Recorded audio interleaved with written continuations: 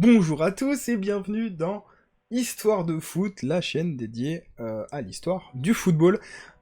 Aujourd'hui, premier épisode, je vous avoue, je tourne juste après la vidéo de présentation, donc je sais pas comment ça va rendre, mais en espérant, en espérant quelque chose de propre, voilà, quelque chose de bien. Aujourd'hui, on va parler, vous l'avez peut-être vu dans le titre, quelque chose de fou qui s'est passé chez nous, en France, un match de football, le match le plus court de l'histoire du football, qui n'a duré tout simplement que 52 secondes. Le match a duré même pas une minute, que le match était déjà terminé. Donc on va regarder pourquoi, tout simplement, pourquoi ce match n'a duré que 52 secondes. C'est une histoire assez folle. Évidemment, c'est lié avec la pandémie que nous connaissons actuellement, hein, évidemment, ce Covid qui n'arrête pas de faire chier toute la planète entière. Et ça a touché beaucoup le monde du football, et notamment au mois de septembre.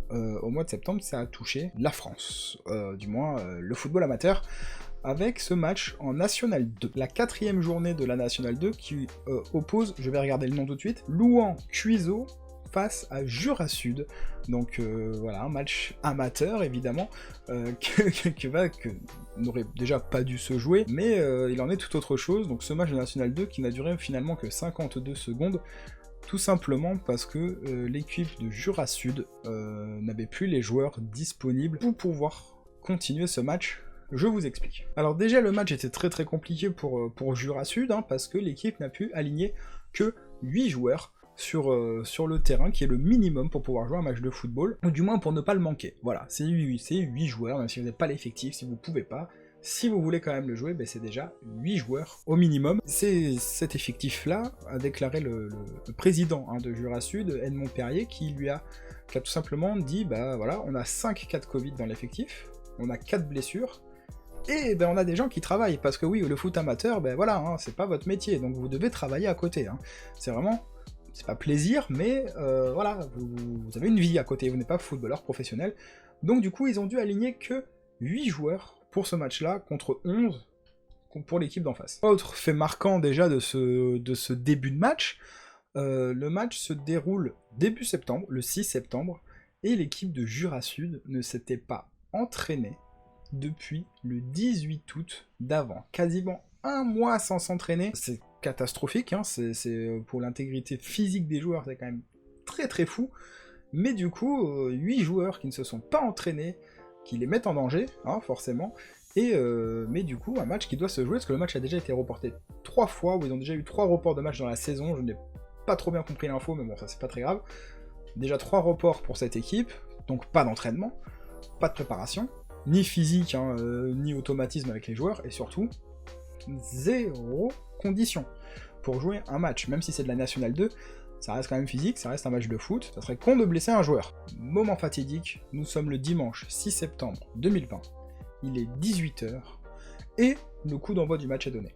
À 11 contre 8, c'est déjà improbable, à 11 contre 8, un petit match à 11 contre 8, en National 2, bon ok, c'est le foot amateur français, beaucoup de clichés dessus, mais bon, quand même, invraisemblable, jusqu'à la 50e seconde, ou du moins la première minute, où le joueur de Jura Sud, Mamadou Danfa, qui s'écroule sur le terrain, littéralement, qui s'écroule complètement, et qui se plaint d'une blessure. Le problème de ça, c'est que du coup, ils ont que 8 joueurs, évidemment, 0 remplaçant, parce qu'ils partaient à 90 minutes avec les 8 joueurs, hein, donc forcément, pas d'entraînement, ou du moins 2 entraînements depuis août d'avant, le août dernier. Forcément, ce que devait arriver arriva, la blessure de Mamadou Danfa, du coup qui ramène l'équipe de Jura Sud à seulement 7 joueurs, et selon les règles du football, à partir de 7 joueurs, c'est un arrêt complet du match, avec une victoire pour l'équipe d'en face. Forcément, hein, l'équipe d'en face qui,